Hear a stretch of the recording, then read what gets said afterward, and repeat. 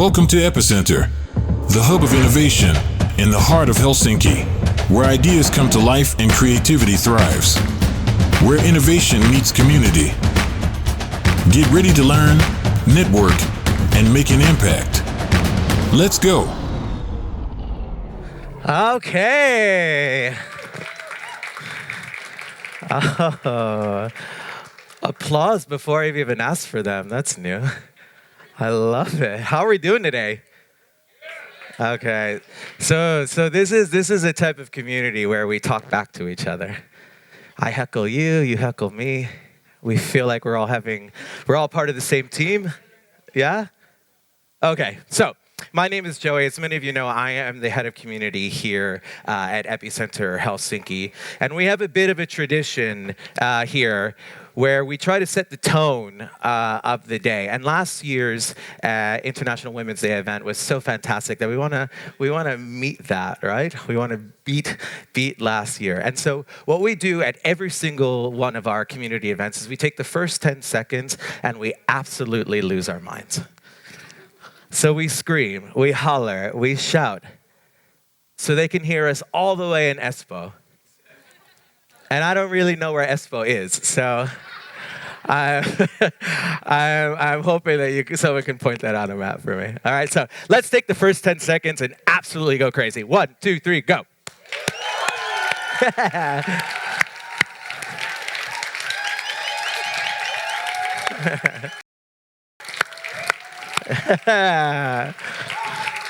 Yeah. Now the endorphins are going. You're smelling at me. I'm smelling at you.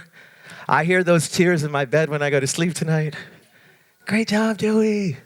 You did so well. All right. Again, thank you all so much for being here. Epicenter is a playground. It's a meeting arena for local change makers to come together to truly innovate with impact and to inspire and invigorate our local entrepreneurial ecosystem. We bring people together like this to help just that. So none of this would be possible without all of you being here. So instead of clapping for me right now, go ahead and clap for yourself. Give yourselves a huge round of applause.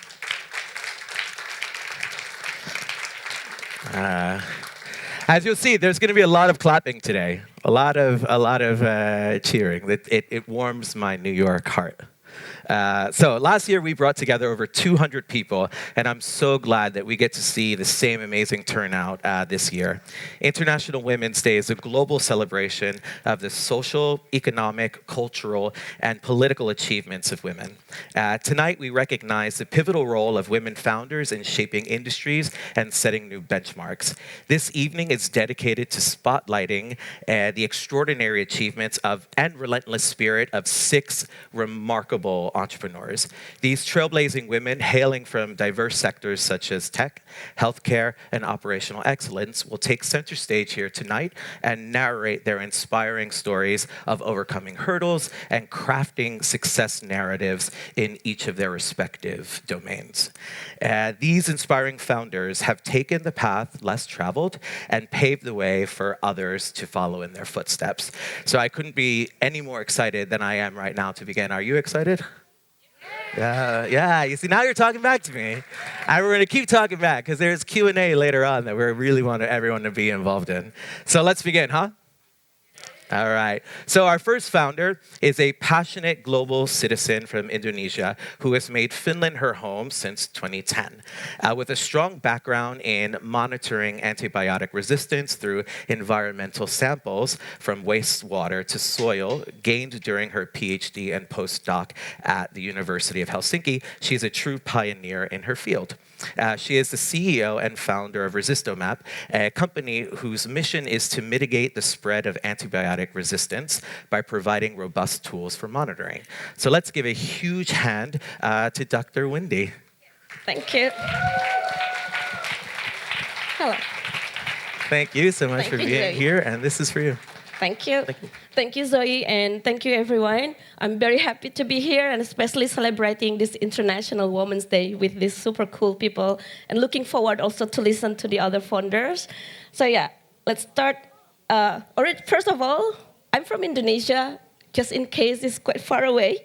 So I'm from this Jawa island. As you can see, many islands. Jawa islands were 60% out of 270 millions of people living in Indonesia. So if you meet any Indonesian people, most of them most likely from Jawa. But yeah, that when I start my bachelor, I learned about biotechnology and I fall in love with bacteria. I know it's weird, right? But you know, when you like something, you just like it. And then I moved to South Korea. I did continue my study, but more focus on the environmental science. And actually, when I was there, then I learned about Finland. I think I don't need to explain about this because we're in Finland. And yeah, and I moved to Finland for my PhD. I learned about microbial biotechnology, and that's where I learned about antibiotic resistance. Okay, I need to breathe, I think. So antibiotic resistant, I think some of you may be not familiar, but I think most of you know because antibiotics now not working anymore with if you have infection. Many bacteria become stronger because we've been using so much antibiotics, misuse of, I see everyone like this, so you know it. And unfortunately, it's not only for human, but also in animals and affect to the environment. So after my PhD, I did my postdoc because I want to bring this technology to my home country in Indonesia. I want to see also what's happening in Indonesia. And I focus more on the water ecosystem, like this beautiful river in Indonesia. So I study where it's from the spring water and following in the river, where there is the impact from the rural area, from, you know, like these animal farms, from the hospital, and from the urban area. And unfortunately, in the region, when there is this lack sanitation, all the wastewater are released directly to the river. So when you see this beautiful river, you might not know that what kind of pollution there, because there's no garbage, for example. So you might think this is clean, because microbial pollution, you cannot see it.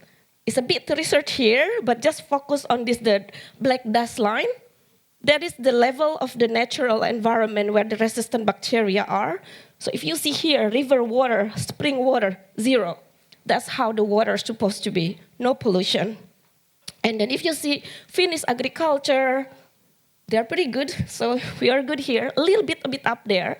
But the aquaculture, you can see they are in the level of the environment level, let's say, antibiotic resistance supposed to be. But if you go to the river, when the impact of the rural area, the level of resistance increasing. Also in the city, they are even much higher, almost the same level as the swine farms. So can you imagine the level of pollution in a river, almost bad as the swine farms? And you cannot see that, right? Because they are microbes. You cannot see with your eyes. And this is one of the reasons I kind of have a problem here. Like, what can we do to make people understand that there's microbial pollution here? The problem is the access to the technology, because it requires molecular technology.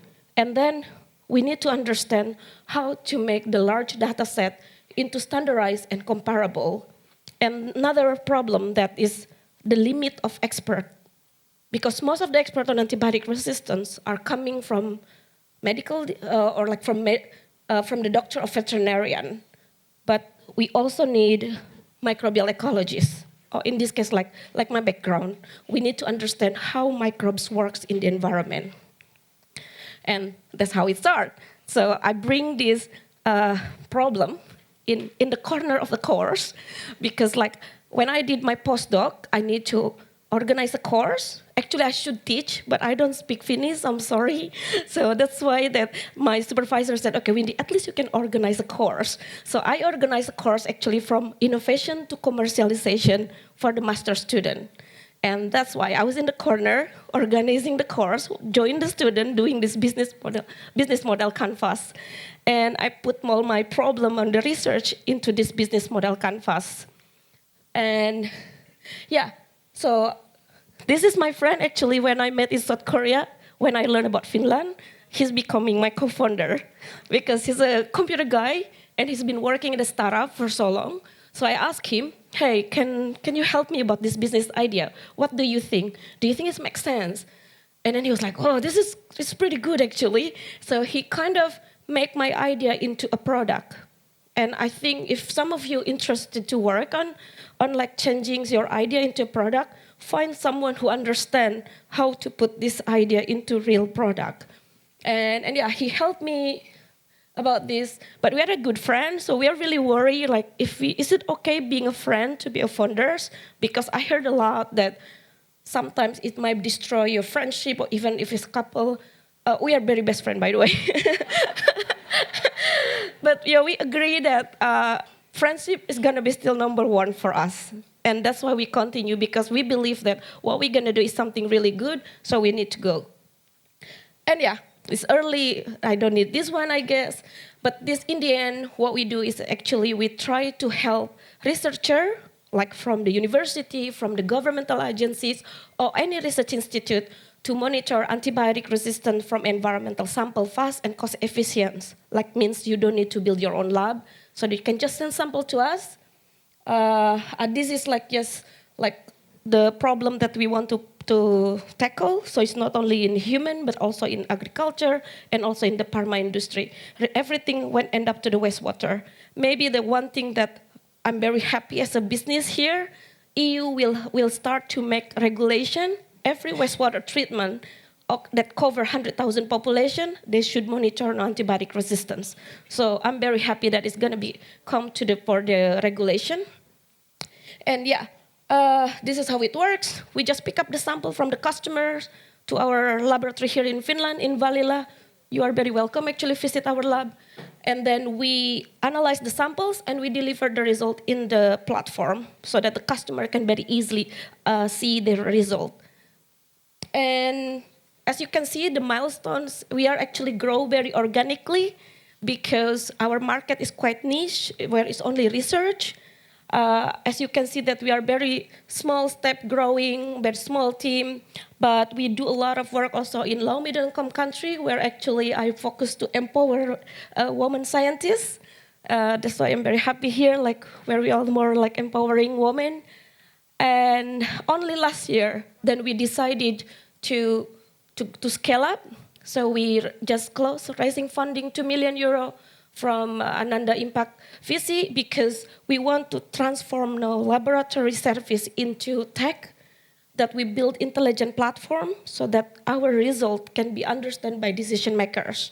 And we hope that by making this understandable for the decision makers especially, they can do something that we can work together to mitigate spread of this resistant bacteria. And yeah, I think the thing that I would like to share here, that if for the past 5 years, we analyzed over 16,000 environmental samples across 45 countries. And that's all, the story of Finland. Thank you. Let's keep it going. Keep it going, keep it going. Yeah, I'll take this for you. Thank you. This is some more information. But I can't let you go without asking you a question. And we ask pretty deep, hard-hitting questions here at Epicenter Helsinki. So, are you ready? Yeah. Of course you're ready. You just tackled this. All right. So, would you rather have the ability to talk to any microorganism or be fluent in any human language? To the microbes. I got at it, figured it out. Let's give Windi a huge round of applause. Thank you so much. Thank you. Please keep it going for Windi. Thank Yes. you. All right. Hard-hitting questions from Joey Bayer. All right, the next person I'd like to invite on the stage is leading the way in e-commerce with her company, Videoly. Videoly stands out as a market-leading product video database, making waves internationally from day one and expanding into multiple markets with great success. What sets Videoly apart is its commitment to humane values and the belief that culture is the key to winning in business. Also, a fun fact, she used to be a spin instructor. Yeah, I can't take a spin class, I'll die. So please, let's welcome to the stage Nora. You're there. You stuck behind me. Thank you so much. Please, the stage is yours. Hi, everyone. So I'm Nora, CEO and founder of Videoly. And today I'll share with you my story on how I became a founder and even more precisely, how did it feel to become a founder? I think it's very rare that people actually just wake up one day and decide to start their own companies. It usually involves internal reflection process, a bit more complex than that. So I'll walk you through mine. I'll take you back to year 2015, August. I was working in my previous job, and it was the end of the summer vacation, and I noticed that I didn't feel excited anymore. And work has always played a big part in my life, and I've been very passionate about whatever I've been doing at the time. And of course, sometimes you get tired, and sometimes you're not as motivated as the better day. But still, it was a clear signal for me that in this annual cycle, after the summer vacation is usually when you're your most rested, most refreshed, most inspired. And when at that point I wasn't excited anymore, I just thought that maybe something needed to change. So I started a process. I was living in London at the time, so I started meeting up with different companies, both in London and in Helsinki, and started kind of like to figure out what could be the next chapter in my life. And as I was kind of, there were some very, very interesting cases, and I met with some very inspiring people, but nothing really sort of felt right for me. Nothing really felt that, okay, this could be the place where I would be ready to give my all.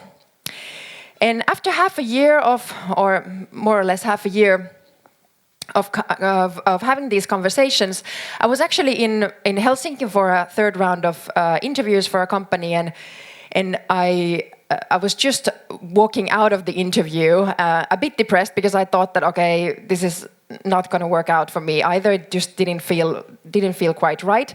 When I got a phone call, it was my friend who had met with Sergei. And he said that, hey, are you still thinking about what you want to do next? And I said, yeah, sure, and I really don't know what to do. And he said that, hey, I've actually met this guy, this Sergei, and he has actually a really cool business idea, and I think that maybe he could need your help. So I thought that, okay, why not? Didn't have any expectations, but I decided that, okay, I'll meet with Sergei the next day. And we met in my friend's office, and something clicked. So, well, I was firstly very impressed about Sergei as a person. He was very kind, warm, very ambitious, intelligent. And also the product that he had built was super impressive. Even though Sergei is definitely not a sales guy, but he had also managed to get a few of the really big Finnish companies on board to kind of use his product already back then.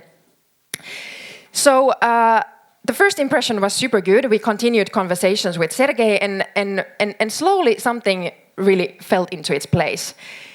I sort of realized that by joining Sergei, there's actually the opportunity for me to build the kind of company I would like to work for, and build the kind of workplace I would be ready to give my all. So I moved back to Helsinki and then resigned from my work. And this resignation was not only the moment itself was highly emotional, but also just giving up on being unemployed, because what also Sergei had mentioned to me that the company didn't have any money, so I could join him, but there wouldn't be any salary. So it was actually a big emotional decision to give up this safety net of being employed. And that kind of... And a few days actually after making the decision and letting the company know were quite nerve-wracking, and I kind of thought that, okay, maybe this is a big mistake, that it was a super good company, so why do I want to give everything up, and kind of how will things turn out to be, like will I be able to survive?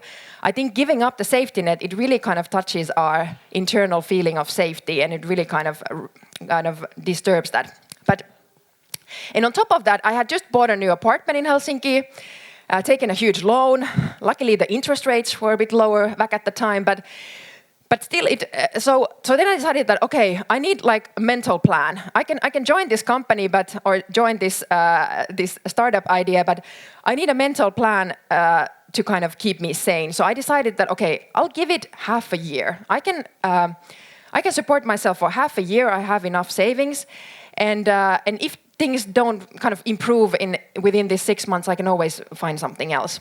And that really helped me to kind of have this sort of clear mindset of like, okay, this is a project. This is not like my new career, big career step. It's a project. I'll give it 6 months and let's see where that takes me. So I joined Videoli. So the first task was that since we didn't have any money, so we needed financing. And I had never raised any money in my life back at that point. But the funny thing is that when you give up this safety net and you step into the unknown of being an entrepreneur where everything is uncertain, life starts supporting you. And how that is concretely visible is that people appear to your life that help you. And so it was also during this spring 2016 that there was Ville from Reaktor that appeared to our life and started really helping us with in kind of like raising the funding round. So Ville taught me how to raise money from business angels, and he always told me that it's like herding cats. Like you have to really play the psychological game of getting them all kind of say yes at the same time, and so on. So during that spring, we raised the round, and we were approaching mid-June when the situation was looking pretty good. So I had almost all the tickets sold. The goal was to raise 300,000 from business angels, and we had almost everything. We were just missing one person. I was about to meet the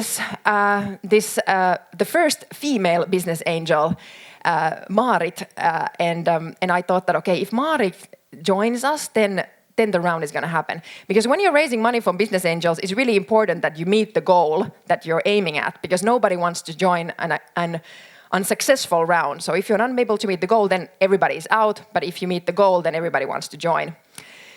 So I met with Marit, and then at the end of the meeting, she said that okay, yes, Nora, I'll give you the 20,000 and I'll join you on this round. And that really changed then everything for me. I knew the finance round would happen, and that really turned this kind of 6-month project into kind of like this next job that I would be ready to give my all to. So it was a process, and now after 8 years, I'm still giving my all, and obviously I've learned a lot about kind of also grow what it takes to kind of grow a business. But I think the most important lesson that I've learned throughout these years is to trust life. Because when you're building a company, you're living so close and so in touch with the fact that life is uncertain. Building a company, you never know what's going to happen. Like we've seen it during the past 2 years, that life can truly surprise you. And I don't know where we're going to be in a year. But slowly you learn to you build resilience, and you learn to you get through one challenge after the other, and somehow this feeling grows that even though you don't know how everything will end up, you know that eventually everything will be okay. So yes. Thank you. Yeah. Let's keep it going for Nora. I will take this for you. Thank you so much. That was fantastic. So this comes the part where I get to ask the question, right? I'm ready. Are you ready for the question? Yeah? Okay, hey. So, would you rather teach a spinning class where you could only play one song on repeat? Or a class where the playlist is exclusively songs for children? Oh, that's a hard one. Because the reason that I, back 10 years ago when I started kind of aside my studies to teach spinning classes, one of the reasons was that I was able to choose my own music. So I would choose the first option. I would put one really good banger hit on repeat, and I would do that. Yeah. Awesome. Hey, let's give it up for Nora. Thank you so much. Thank you. I thought to myself, what would I do? I don't know. I did a hackathon once where we locked 20 coders in a room, and we played Mariah Carey's "All I Want for Christmas" on repeat for 8 hours. I don't know if that was waterboarding or torture of some sort, but I got away with it. Okay, so the next person I'd like to invite to the stage is, this is the wrong one. Our next featured founder has been at the forefront of operational excellence and transformative change since 2005, with a track record of developing and deploying groundbreaking business and technology transformations from giants like Nokia, Sittec, Kona, and Nava, she's a force to be reckoned with. And she also happens to be my friend. So please welcome to this stage Caroline, who's the founder of Arcticana. Thank you. Oops. Hi. This is for you. Thank you so much. I feel like a Nepo baby now. You know, maybe I just got the spot because I know Joey. But let's hope the story is also interesting in that sense. I'm Caro, and I'm the founder of Arcticana. This is the first time I think I'm presenting my company publicly, so I'm probably not going to be quite as fluent as Nora or Windi, but bear with me, it's Friday night, we can do this together. Before we go into Arcticana, I have to say I'm going to be 41 years old in June this year, and the company is less than a year old. So the first 40 years, more or less, of my life were not being an entrepreneur or a founder. It was being something else. So I think we need to spend a bit of time on that. And I don't have this kind of like big growth success story to tell because the company is still very new, but perhaps I can give some inspiration on some of you that might be considering switching from a more traditional career in corporate, for example, towards entrepreneurship. So first things first, as you can tell from the accent, I'm French. Yes. Born and bred in a provincial town where there were not that many options for females in terms of career, and I was already quite ambitious from an early age. So 20 years passed, and then I moved to Finland to do an exchange program. And I'm quite a dedicated person, so I came for 9 months and I stayed almost 21 years because, you know, go big or go home. And obviously I haven't gone big, so I haven't gone home yet. But in that sense, a really good shift in my life. Things went well, so I did my degree program, and after that, of course, I was unemployed, as all the business foreign graduates in Finland, for a while at least. But luckily, I found my way and started a very interesting journey in 2006, a corporate journey. And that's not a dirty word. It's not a dirty word either, but I think for many people, there is this kind of like stigma, especially if you're a startup entrepreneur, a very young age, you think like, oh, these corporate rabbits, like they don't know anything and they don't understand what's real life. But I did learn quite a lot from this. As a subcontractor for Nokia and then in-house for Sittec, quite many years with Kone. I did an MBA in between on weekends and nights because I wanted to advance my career. And during that time, 2006 until 2021, I was changing jobs all the time, meaning like progressing in my career.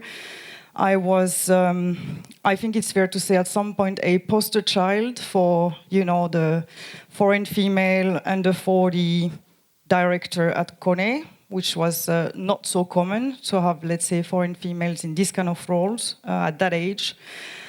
And I had it all. I also had a great 18-year relationship at that point.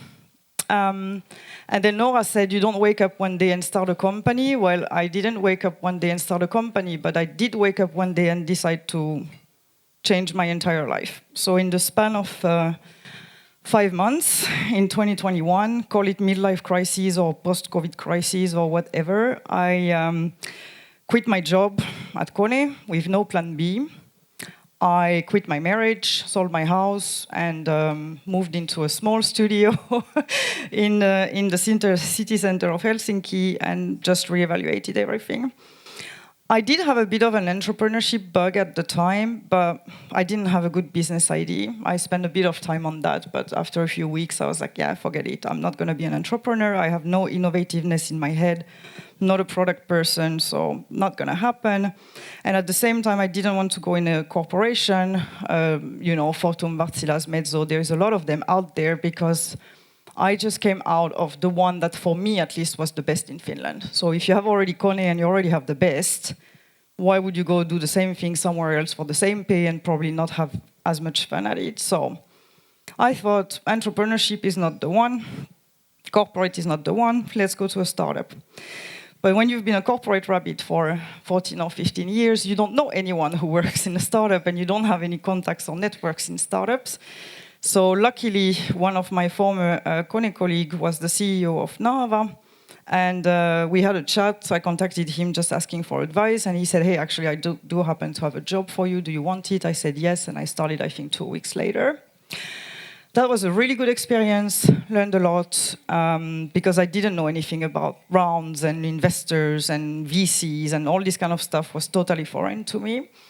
So that was a super, super great experience. And then I did wake up one day, or more accurately, I came home one Friday evening, and I was staring at the blank wall in my apartment, and it just hit me.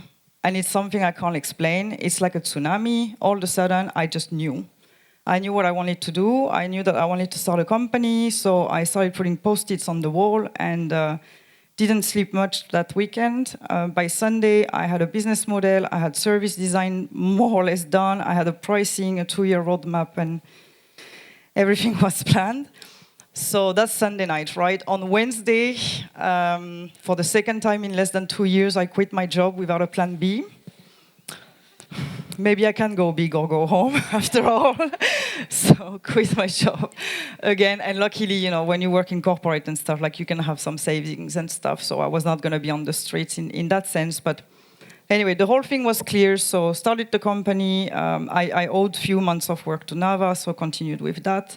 And in the meantime, like started doing my service design more deeply and my pricing, and contacted a lot of people and such. And I opened the doors in June 23. Now we are in March 24. I have been non-stop working since August, and at this point you might be thinking like, shit, she must have a great product and stuff. No, I'm just selling my brains. So I'm nothing more and nothing less than a consultant. I'm selling strategy work, business transformation work, business technologies and stuff. My customer range from a startup that just came off the ground to a 100-year-old company with €500 million revenues, and anything in between. And it's been a great journey. So what I have learned so far, by the way, in the background of this picture, you can see the wall with the Post-its. Because I felt like at that Sunday, I was like, if somebody ever asked me to tell this story, I need to have the proof that there were Post-its on the wall. So here are the Post-its that changed my life so far. But anyway, long story short, I don't remember how long I have, but I can't advise how to do product companies, tech companies, growth companies, and so on. But if you want to be a consultant or follow this kind of path, at least what really helped me was that I spent a lot of time on talking to a lot of people, understanding my market, doing my service design, getting all my Finnish mentors that I have collected for the last 20 years to support me. And all my clients have come from that, more or less, and my networks. I have done zero sales work, pretty much, for the consulting side. And also learned to trust myself and saying no, which can be hard. In terms of what's next, I have a lot of ideas. I'm quite enjoying doing board work for a startup at the moment, and if more opportunities come, I will take them. I'm turning down clients quite regularly at the moment because I just have too much work. So even though I wanted to be a solo entrepreneur, I think I might go into this growth path after all. And I thank you very much for your time. Happy International Women's Day. And again, thank you, Joey and Epicenter, for the opportunity. Let's keep it going for Caroline. And connect on LinkedIn, because connections are everything in Finland. I'll take this from you. I hope I was on time. No, you were a little early. Good. That's the 2-minute warning. Okay, so would you rather sing every time you say the word strategy, or dance every time someone else says the word performance? Oh. I think the question should be turned around. Do you really want me to sing? So, no, I'll take the dance. The dance. Okay, let's give it up for Caroline. Thank you so much. Thank you very much. Do you want to dance? How are we feeling? We're halfway through. Yeah, let's go. We still have 3 amazing founders to keep the energy up for. Okay, so let's keep the momentum going. As the CEO and founder of a leading social and healthcare company, our next founder has made waves across the healthcare sector. Her innovative approach to solving Finland's healthcare employee shortage has led to significant improvements, including higher nurse salaries and more flexible recruitment processes. So please help me welcome to the stage Fadumo, who's the CEO and founder of Hoiwa.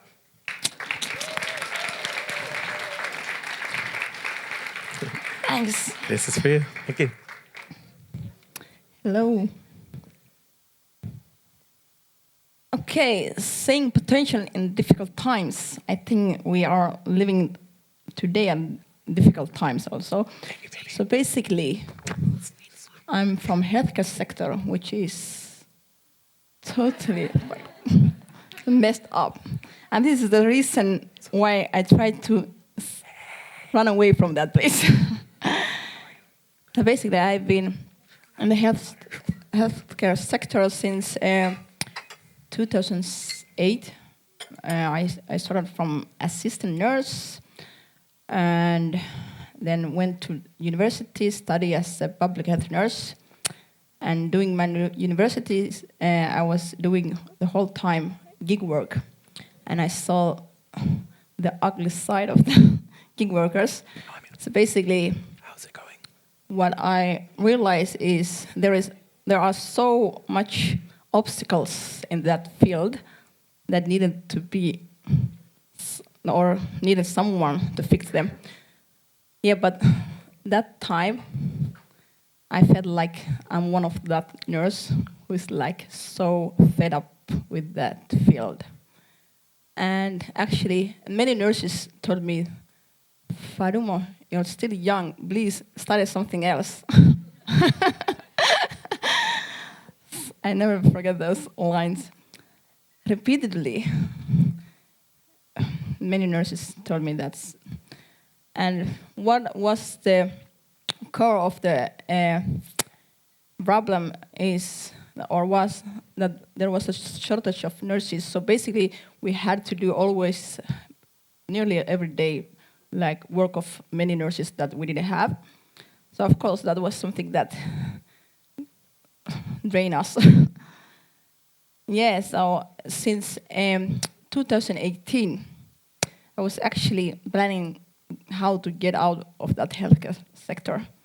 I started to do e-commerce and started to learn from Google how to do sales, marketing, and that was actually, I felt like doing my own thing, being an entrepreneur was my passion. I was very driven to that. And then at the moment, I was also a full-time nurse in clinic, but the place that I was more motivated and got my energy was that my side hustle, e-commerce, and I knew that being a businesswoman is my path. So what happened was, 2020,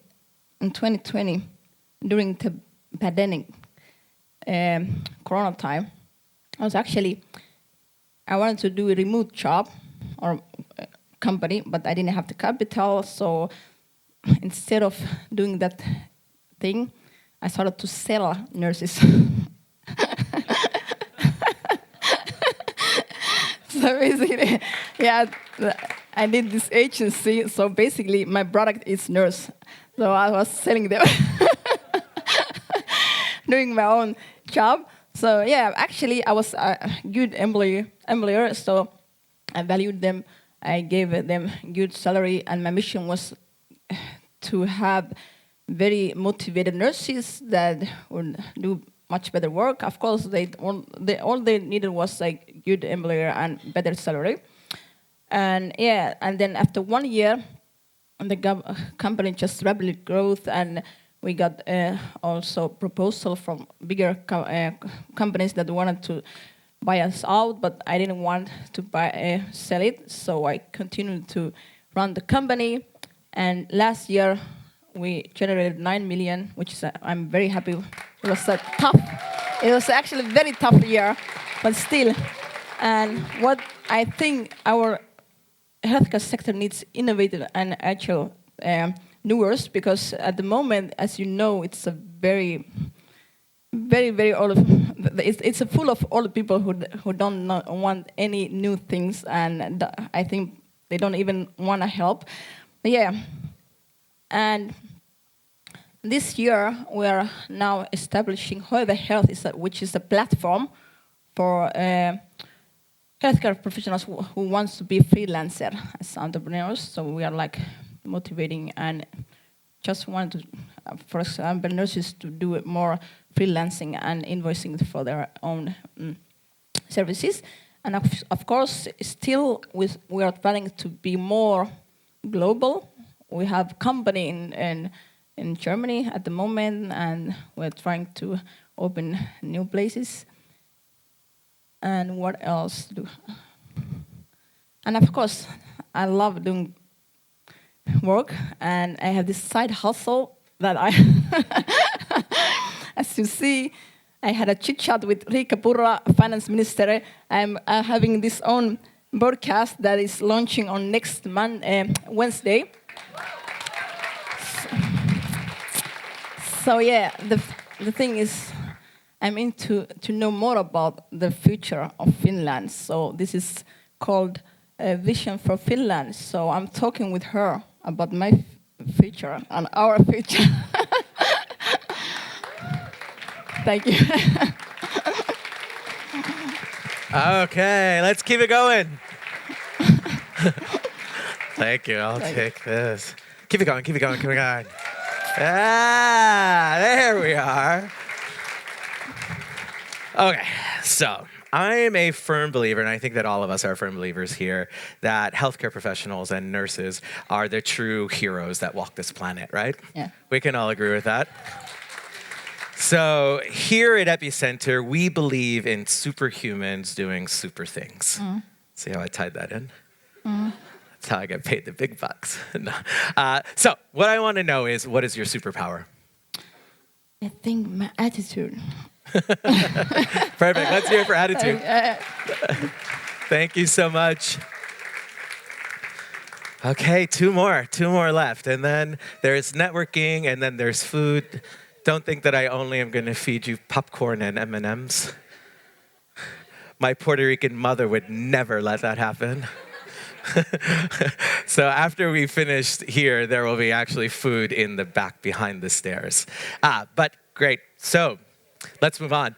As a Forbes 30 Under 30 honoree and one of the top 100 women in technology, our next founder is a trailblazer in the business technology sector. Co-founder at Tespack and Clocky App, her innovative solutions have garnered over 30 international awards, earning accolades from the UN and various governments for their groundbreaking impact. And she also happens to be a friend. So Caroline, not only nepotism for you two, please welcome to the stage Yesika from Tespack.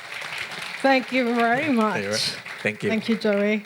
All I want to say before I start is happy Women's Day to every single lady out there. Please give a round of applause to yourselves. And also for the guys not to get jealous, also happy Men's Day whenever the date is. So also give your hands of applause as well. Okay, guys, so it is a true honor to be here. Thank you very much, Joey, for inviting me. I'm just going to come a little bit here because I don't want to block. So I'm just going to tell you a little bit of this story about what we do. And bear in mind, it's not going to be a boring story because there is a linkage to my story with it. Okay? So what Tespack does, one of my companies, it powers remote areas. But I want you first to envision a classroom here in Finland. We have people from different parts of the world. We have a projector, we have things. Picture your businesses or your offices, they run through lighting. And when we think about places like third world countries, like Africa, or places where there's no remote areas, normally when you to look at this image, and normally this is the image that comes to people. But the reality is much worse. These are one of the conditions that certain people actually live under, including refugees. Many girls don't have the chance to become who they want to be because there's no access to energy, there's no access to education. So for that reason, before going to the reason, I want to share some cool statistics. Currently, right now, the UN has stated that more than 1.2 billion people don't have access to energy. If we are more specific, 600 million people do not have energy at all. Now, you may say, what about solar panels, right? These are current solutions are being used, but what happens when you have to cross 2 days' walk to a certain village? When you have to cross a river to reach your school? Then it becomes very tricky. For the reason we created or we focus on mobile energy solutions. One of these, it's a modular power station. Each one of things that you see on the bottom, it's a power bank that can charge your phone, your tablet, your laptop, even a projector. Combined all together, they transform into a power station that can actually power a whole classroom up to 14 hours. You can also create mobile energy clinics to bring support for women that are pregnant in remote areas. You have a project integrated, wireless speakers, so 100 children can actually get educated. Now, I'm gonna keep it short. Currently, we have a scale to more than 30 countries. These are all our partners from the UN. And the largest deal that we made, and I don't want to talk about deals, I want to say the largest impact that we have created currently, just recently, it was with the government of Zambia, where we are going to be powering 800 schools to support girls, boys, yeah. And the reason I say I don't want to talk about deals, because these are lives. And yeah, it's 5 million euros, which is good and everything. But the whole point is, if you want to start a company, do it with your passion. Because you will have to get up every single day, and people look at you and tell you, no, you're crazy. You're opening a company in Finland where there's 4 hours of sun, and you want solar? Yeah, you crazy? And the answer is yes, I'm crazy. Thank you. So I'm going to go a little bit of my story. Majority of people think I started my journey at the age of 24 and co-founded one of this first company. But the truth is also that I advise various governments on how to create impact, accelerators, support entrepreneurs on the growth. But that's far from the truth. My journey didn't start there. It started when I was 11 years old. But because we're at Epic Center, everyone says Epic Center? Oh, come on, you guys can do better than that. We are at Epic Center? Awesome. So I'm going to share with you 3 things you must know when you're creating the future. Because each one of you will create something massive. So innovation happens during crisis. And if you have heard all these stories here, they happen during crisis. I don't know what you guys are going through, but I'll share with you something that nobody knows. Why? Because we're at Epic Center, okay? So the reason why I'm so passionate and I shared these images in the beginning is because that 11-year-old girl happened to be a refugee, okay? Due to political reasons, my whole family had to emigrate to United Kingdom. And pretty much, I don't know what would have happened with me if I wouldn't have had access of someone looking after me. And that's the reason why I want to give back so much, to pay back all the people that helped me. Hence why I'm also working with the Queen of England in the program supporting more than 52 countries to empower young entrepreneurs, because I know the pain, I know the suffering, So I don't know what you guys are going through right now, but that will be part of your story. Do not be ashamed. And since we're talking about Women's Day, you know, we all go through hurdles, but sometimes we try to hide those things. And I've done it for many years. So that's why I don't want to hide that. That's part of my story. I had to battle those things. And thanks to that, I am standing here today and I'm doing wonderful things. Because to be an entrepreneur, you gotta love the pain. It's like being a masochist, you know? And on top of that, you gotta love solving problems. I've solved problems since I was 11 years old. So, thank you. So, I don't feel bad about that because it shaped me into who I am. So, because I don't have much time, be different. Gosh, I was an alien. Imagine sitting in a classroom while people talking to you and you have to understand a different language while understanding what is science and chemistry. Gosh, it was crazy. And something that people don't know because they provided me prizes like Top 100 Women in Technology, but I didn't study technology. I'm not an engineer. I actually studied branding marketing, and when I was 24, I said yes to something I didn't even know what it was, what it is, what the heck is this? I couldn't even communicate with the engineers. But I said yes. So the key here is that you gotta jump into the unknown. But I was so used to jumping into the unknown that I said yes, but don't get me wrong, it doesn't mean that you have to stop there. But now I actually know about solar energy. I know about also technology. I'm the one that designs the UI UX for the platforms.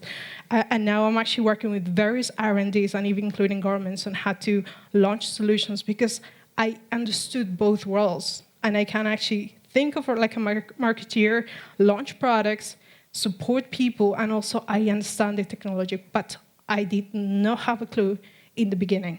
So don't be scared to jump out of your comfort zone. My last tip, which comes from my story, it's don't be scared to your big dream. There will be many people that will tell you, including, actually, I'm going to tell you, there was a study done by Harvard that they were showing some lines, and they had to point out which one was the one that had like the highest difference. Although participants were showcasing the right answer, and the rest, they were actors, they did it the first time, they showed the right answer, they did it the second time, they continued showing the right answer, but after the third and fourth, they started agreeing with all the people, although they were right. So how many times, sometimes we quit our dreams because our people are telling us no, because they don't see the vision. And I tell you, perhaps people wouldn't have understand my vision because they didn't go through the process I went through as a refugee. They wouldn't have understood it because I already went through things that normally people wouldn't have gone. So what is in your story or the purpose or your vision that sets you apart from the rest? And you have these lenses to see the future, but they cannot see it because they haven't lived your experiences. So dream big. And one day, including this refugee girl, we'll create solutions that even astronauts are using it, right? So follow your dreams. Thank you so much. Hey, please keep going for Yesika. Thank you so much. Thank you. Thank you. And you can connect there. I can leave that on for a little while. Happy to support, guys. If you need any hand, happy to help or connect you with governments, ambassadors, or anything that you need around 30 countries. Perfect. Okay, so this one is important to me as a short person. Yeah, I'm so I'm so tall on this stage, but I'm really not that tall. Okay, so this or that. Okay. Always being able to find pants that fit perfectly.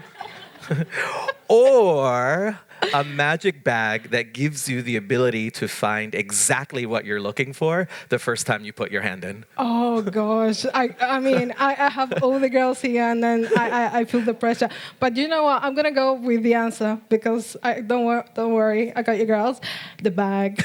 I mean, gosh, if I can just get in there and find the right thing, then that's it. All right, let's poll the audience. Let's poll the audience here. With a show of applause, right? Who would love to find pants that fit perfectly all the time? Yeah. Applause. Let's see. Okay, the perfect bag. Okay. So I've done you proud, guys. Thank you very much. Continue, Bridget. Thank you so much. I was so proud of myself last night when I came up with that question. I thought to myself, that'll get them. If I haven't won them over, this is gonna make them be my friends. Okay, this is our last speaker. How are we feeling right now? Yeah? Okay. Let's go. So, a visionary in the payment industry, our final founder stands out for her commitment to social inclusion and climate action. With a career that spans nearly 2 decades in various institutions, she defies the typical financial service CEO stereotype with her dynamic leadership and straight-talking approach. And another fun fact, she has had unique stints as a prison guard and a taxi driver. So won't be messing with her. Please welcome to the stage, Monika, CEO of Enfuce. Thank you. Thank you so Thank much. you, Joey. The pressure from these awesome ladies. And yes, I am the oldest one of us. So that means I am the most experienced, and there is no algorithm yet for experience. But of course, it's never too late and it's never too early to start. I don't think it's one to show my slide, so. Yeah, I did clip forward. I'm in tech, for fuck's sake. I actually did study tech. So you fucked up my slides. Anyways, no worries. Been here before, not with that kind of useless, no, just kidding. It's Friday. Very happy to be here. I'm Monika. I'm actually mother of 4. My whole journey started 20 plus years ago. I think it's actually over 35 years now. So I'm born and raised in Sweden to Finnish parents. Oh, looky. So this is me. Because for me, and I think Nora is in denial, entrepreneurship is a lifestyle. That's why you can have plans, but it will pull you back in. So for me, it's all about the passion, wanting to do things that matter. And then, of course, I like to succeed. I am very competitive, so I like to do big things. And the older I get, the bigger and the more complex the issue is that I can be part of solving, the more I strive. So I started off in the tech industry. I've also done my executive MBA. I have 4 amazing children. Oldest one is 24-year-old daughter. Youngest one is 14-year-old daughter. And then 2 boys in between. And yes, same husband, 30 years going. So didn't need to switch him out. So it can work. And I think the thing that we both have in common is that we are different, but we share the same level of values. So both value hard work, honesty, and transparency. And I think that's been part of building our career. I was fortunate enough also to have lived hard times. I think Fadumo said about the hard times. I grew up and moved to Finland just after the depression in the 90s. And then I went directly into this awesome tech boom. So it was called the internet, so the dot-com boom. So I saw that rise, and then I saw all the shit that happened, and I saw the crash, and I was working at Telia. So I went to Telia as an international network planner, and I left TDC Song. I never changed job, but the company and the people changed around me. And then someday I had enough. I wanted to do something more, and that's when I started my first company, Proactum, and ended up building S-Bank. So I was part of building the bank, being part of the whole infrastructure and doing a lot of coding and validating and stuff like that. And then as a person, I'm really a get shit done person. So when I set my mind to it, I will deliver, because that's the bar I set for myself. And we did a successful launch, and I was asked to join the bank, which I did, became the CIO, sat in the board, and was a quota person, as I'm also mamu, maahanmuuttaja. I'm, as I said, I'm not born in this country, but I do feel Finnish. I am ruotsin-suomalainen, which is different from suomenruotsalainen. I'll tell you more about it over a glass of wine. But that's what happened, and I was also a woman, which I have always known, but apparently not the guys. However, then again started feeling like, okay, I've done enough, what now? And then I was asked to join Crosskey Banking Solutions to build a card and mobile payments platform, which I did. So I started building that, and then it took like 3-4 years to get to a certain level, and then I was like, now we need to scale. But then the owners didn't, and I think that's been the hardest part of letting go something that you built from scratch with all the people, all the stuff. But when there is nothing more to get and nothing more to give, and I tried, like I did my executive MBA because I was bored, so I really knew that I had to leave. So that was the hardest thing I've ever done. But of course that trajectory me into something else. But because I have 4 kids, shitloads of house loan, and I'm not ruotsin-suomalainen, so I don't have money. I didn't have money. That's how I then came to Actia. Did a little bit projects, and was fortunate enough to get the question that then became the answer, that then became Enfuce. And it was really about networking, having a coffee with a person who asked, Monika, would you like to become the CEO of ST1 Finance? So ST1, the energy company in the Nordics, want to build a bank. I said, no, I don't. But how do they want to build the infrastructure? And that's how it started. So we were the first one in the world to build a card issuing platform in a public cloud because of 3 things. I wanted to do something that is bigger, better, and globally scalable. Only these 3 small items. But the ambition level gave me the tools I needed to do the decisions that if I hadn't had that, I don't think we would be here. Because to go global meant that we wouldn't put it in a data center. We needed to go cloud. And no bank or financial institution back in 2016 had put anything in a cloud. So we were the first one. We get it approved by the Financial Supervisory Authority, and then we started building. But I wasn't alone. So when I left Crosskey, I also left my work partner, my co-founder, to be my work wifey, Denise. And I told Denise that one day we will work together again. That day came a bit faster than I had expected. And when I called her, I was like, Denise, she was finally, should we? She was, yes, what? I was, yeah, let's build a processor that is better, faster, and globally scalable. And then it was, yeah, let's do it. And that's what we've been doing. So now it's 8 years in.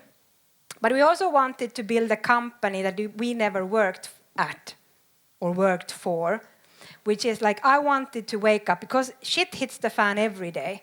Like being an entrepreneur is not roses and champagne. Sometimes the champagne, I don't care about the roses as much. But in the end, it is really about getting stuff done. Don't lose the mission and vision.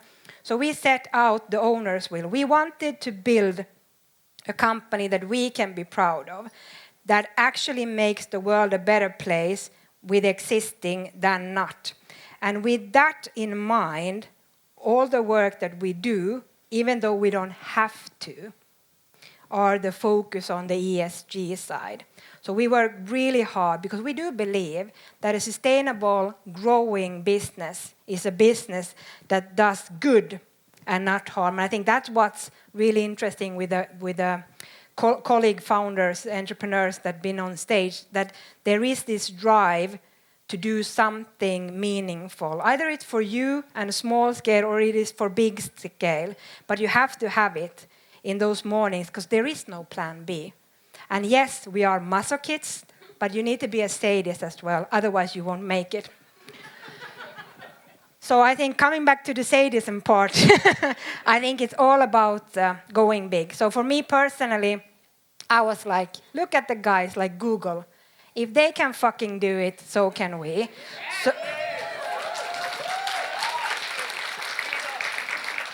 So we put the target at IPO, so initial public offering. Why does it even matter? It doesn't matter as an event. For me, it matters. I am goal-driven.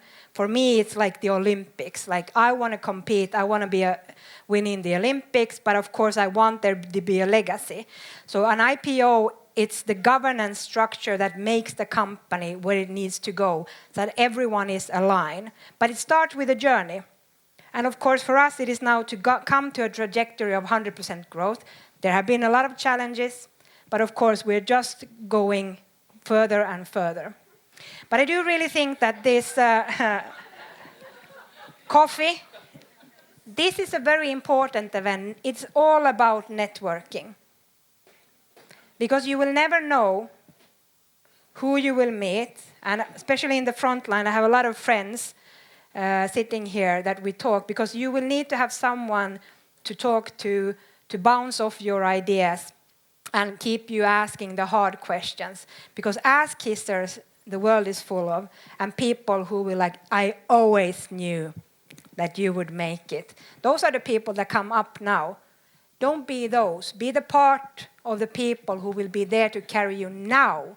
Now when you need it, take it further. Then you have the right to be there, drinking the champagne and celebrating. I do think we talked about, like, as we are all different, I am pretty extroverted, as you might have noticed. But I think it's more about how you think of things. I get energy from people, but I also have a lot of good colleagues and friends who are introverted in the thinking, meaning that they need to spend their time. But in order to be a successful entrepreneur, or in anything you want to do, it is about courage. Because in Finland, nothing bad will ever happen to you. You won't die, and you won't be put to prison, and you won't be in a refugee center because you failed. So if you don't start a business in Finland and you have thought about it, then you're stupid. Because this is the only place that we are so socialist that we will take care of it. So if anywhere, it is our privilege and it's our responsibility to build companies that change the world. Because in this, we have the best country in the world. We are the happiest, not because we go around clappy, happy, clappy, but things flow. We have governance, we have government. And even if you look at the geopolitical situation, we have it covered. I mean, like, we got this shit. So if something, you want to start a business, don't think about it, just do it. Because you know what could happen? It might succeed. The awesomeness, the audacity. So I think here, dream big, act now and start. Take a time to reflect on your values. It doesn't mean that you sit and meditate. I tried meditation, not for me, got stressed as fuck. Like, it's too boring, not my stuff. But agree and then just start execution. Yeah, because in the end, have the courage to grab. Because, you know, at worst, something awesome might happen. So thank you so much for having me, and have a great evening. Come on. Sorry for undermining your technical abilities. No, it's okay. You owe me 2 minutes. You better have an awesome question. So this is the question I ask at every single one of these events. It's the hardest question. Yeah. And I've actually been keeping a tally of what the results are here over the course of my year and a half of being the head of community here at Epicenter. So you wake up in the morning, you're having your breakfast, rye bread, cheese, ham, No. Or No, the other way around. rye bread, ham, cheese. Of course. Cheese on top. Of course. That's fucking weird. The fuck kind of question is that? No! Ham on top. Okay. So we're gonna do a poll. We're gonna do a poll because I firmly believe ham on top because I like the salt touching the roof of your mouth. So, cheese on top. Let's hear it. That's not too many. Ham on top. 50-50 split, which is ham on top wins. Let's give Monika. No, it doesn't. That's a shit show. Thank you so much. Thank you so much. Let's keep it going, please. So I've actually been keeping tabulations on that because that's very, very important to me. I actually add a little bit of jam on mine, and someone said, "What are you, Danish?" And I was like, "What?" Okay. How was that? Did we have a really great time? Okay, so like I mentioned at the beginning, we're a community, we're a playground for local change makers to come together, to share ideas, to network, to connect and grow. There's always something going on at Epicenter Helsinki, in fact, once a week. So if you'll let me indulge myself for even a little bit more time up here before I have to leave all of your smiling faces, which is what I love to do, I want to talk about a couple of the upcoming events that we have for the rest of the month. So please, there are QR codes. Epicenter events are always open to the public and free to attend. So on March 12th, Hired is back. This is a once-a-month series of curated events that discuss the most pressing topics in today and tomorrow's talent landscape. On the 12th, we're going to highlight the critical role of women in leadership positions and the continual advancements of their careers. So as women hold only 29% of senior management roles globally and control about 31.8 trillion in worldwide spending, this seems like a pretty relevant topic. But we want to look at this in a couple of ways. We want to look at the power of community and sponsorship. We also want to look at financial literacy, the return to work and what that looks like, and policies that live within organizations to fully support growth for women. On the 19th, this is the second installment of AI Surge. This time, we're going to talk about deepfakes and the ethical quandary surrounding them. So deepfakes are sophisticated digital creations that use deep learning to produce or alter video so convincingly that it becomes different to distinguish between genuine and fabricated content. They have proliferated rapidly thanks to advances in AI technologies. So here we want to delve into the topic, and we're going to explore not only the technical underpinnings of how deepfakes are created, but also the broader implications that they have on society, politics. I'm American. There's an election coming up that we're all very worried about, and privacy, more generally speaking. And then on March 26th, this is the second of our event in sustainability. This is called Sustainable Solutions. This time we're going to focus on energy. So Finland stands at the forefront of integrating renewable energy sources such as wind, solar, and hydrogen power in its national grid. So the country's commitment to reducing its carbon footprint and increasing energy independence sets a benchmark that's going to be replicated nationwide. We know that there is a 2035 goal of being carbon neutral, and if Finland does that, it's going to be the first country in Europe, right? And shouldn't we be so fucking proud about that? Like, shouldn't we be celebrating and talking about how we get there? So this is what this series is looking at. This month is energy, and yeah, here we go. So behind me, last year on World Creativity and Innovation Day, we hosted an event called Discotech. I like puns. I like play on words. Alliteration is my friend.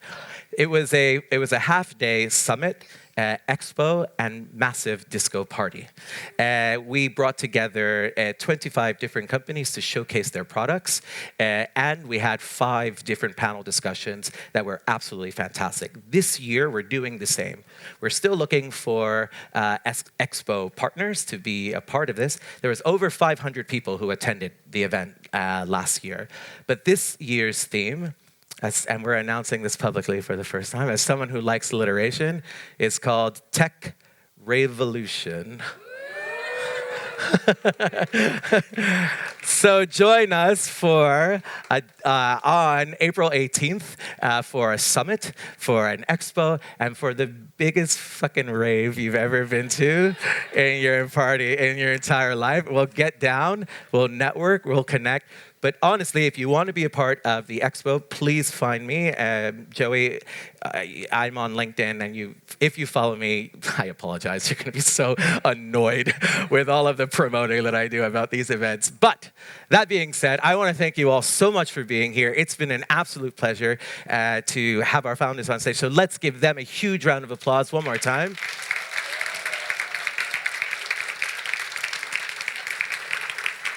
So this is where the real fun begins. The bar is going to stay open. You got 2 drink tickets, but also the bar will sell drinks as well. It's 15 euros a bottle for a whole